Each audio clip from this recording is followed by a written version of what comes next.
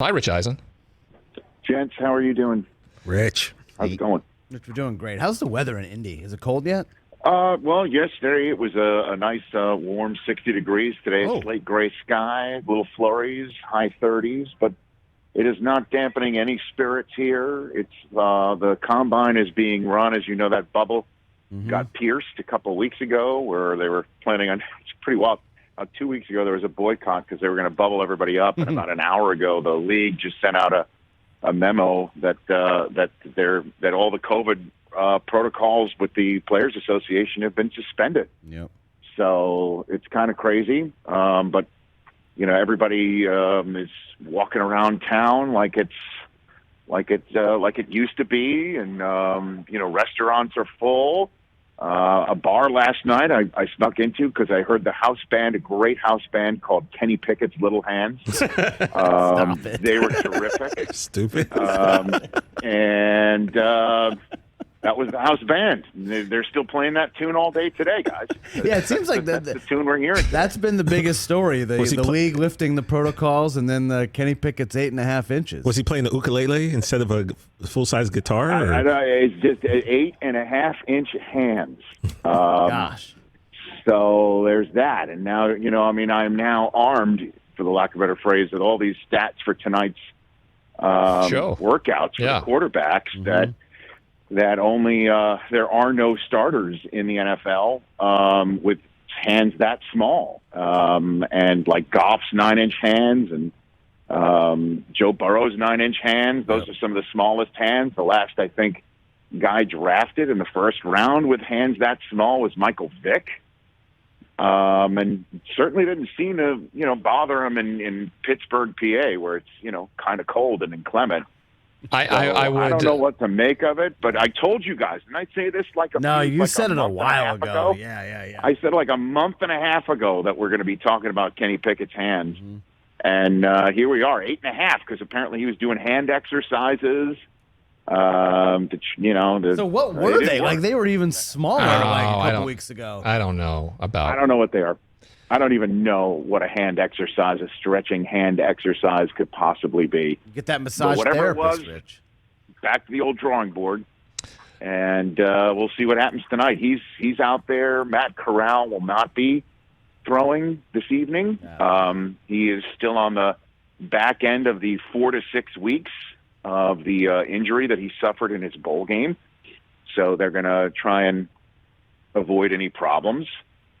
He will not be throwing tonight. Malik Willis, I'm very much looking forward to seeing him, the Auburn transfer to Liberty, seeing what he looks like tonight. There's a great video of the young man, a video that's going viral that somebody spotted yesterday. Malik Willis across the street as they were having. I guess a reporter having lunch saw through the window Malik Willis stopping on a street corner with his bag open, like his suitcase open, and it looks like he handed a hat, like one of the hats that they have here for the prospects, like a winter hat. He handed it to somebody who was on the street, a homeless person on the street. And that is something that everybody's talking about today, about, you know, character issues and who's of high character or not. And so that's another thing that we'll be talking about here today is, I guess, Malik Willis's heart. Those are the three guys at the top of the quarterback chart. Carson Strong, he's a guy that I liked a lot coming into the offseason out of Nevada. Big, strong, capable quarterback. Didn't have the best Senior Bowl turn, and a lot of people were kind of down on him. What have you heard about him, and what are you looking forward to seeing from him? Because he's going to have the strongest arm of anybody tonight. Well, I mean, I would hope so. I mean, look, his last name, right? I mean, so look, you just I don't know. You know, like there's the first tier of guys.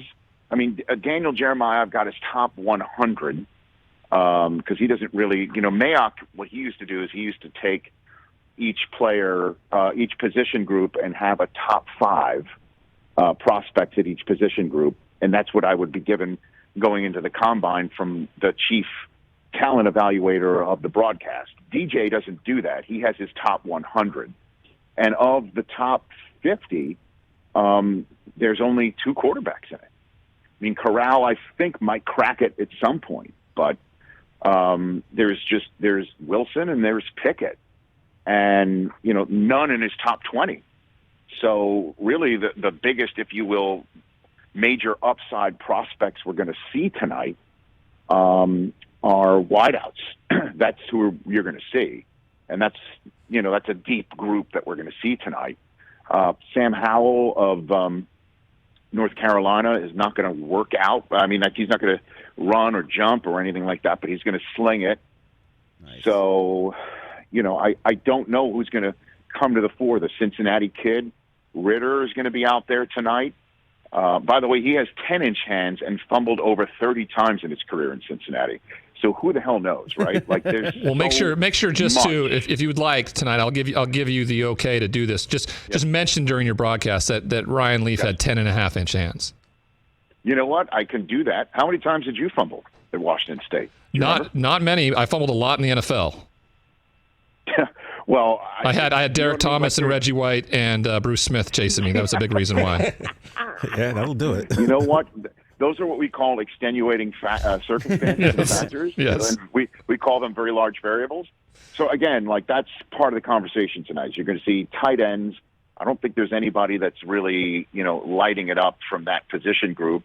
And then there's the quarterbacks who we are going to see. But it's really the wideouts tonight that everyone is excited about because those are the guys who, as you know, the last couple of years, there's been some generationally brilliant rookie campaigns like Justin Jefferson and now Jamar Chase. And then, of course, one thing that we will be hammering on the broadcast tonight that you're going to hear is that this is a draft of depth, meaning 3rd, 4th, 5th round picks can really blossom, that there's a lot of depth at positions. And so we will certainly tonight with wide receivers be playing a ton of Cooper Kupp video, a 3rd rounder who winds up being a Super Bowl MVP. That's the sort of material. And that's the interesting thing too, is, the Rams, as you know, effed a lot of their picks, but not for days 2 or 3. And so this is a deep draft in that respect. Like, if you want a lineman, if you're at the top of this draft and you need someone to protect the quarterback or go chase down the quarterback, you're in luck. If you need a quarterback, not so much, unless you really just fall in love with one of the guys that are available and you just go for it. But Brockman, I think your bet with T.J. Jefferson had a final nail put in that coffin by an 8.5-inch hammer. That hand will hopefully hold an 8.5-inch hand will be able to hold a hammer to nail that coffin shut. Hey, you watched all the way to the end. Thanks for that. Watch more right here.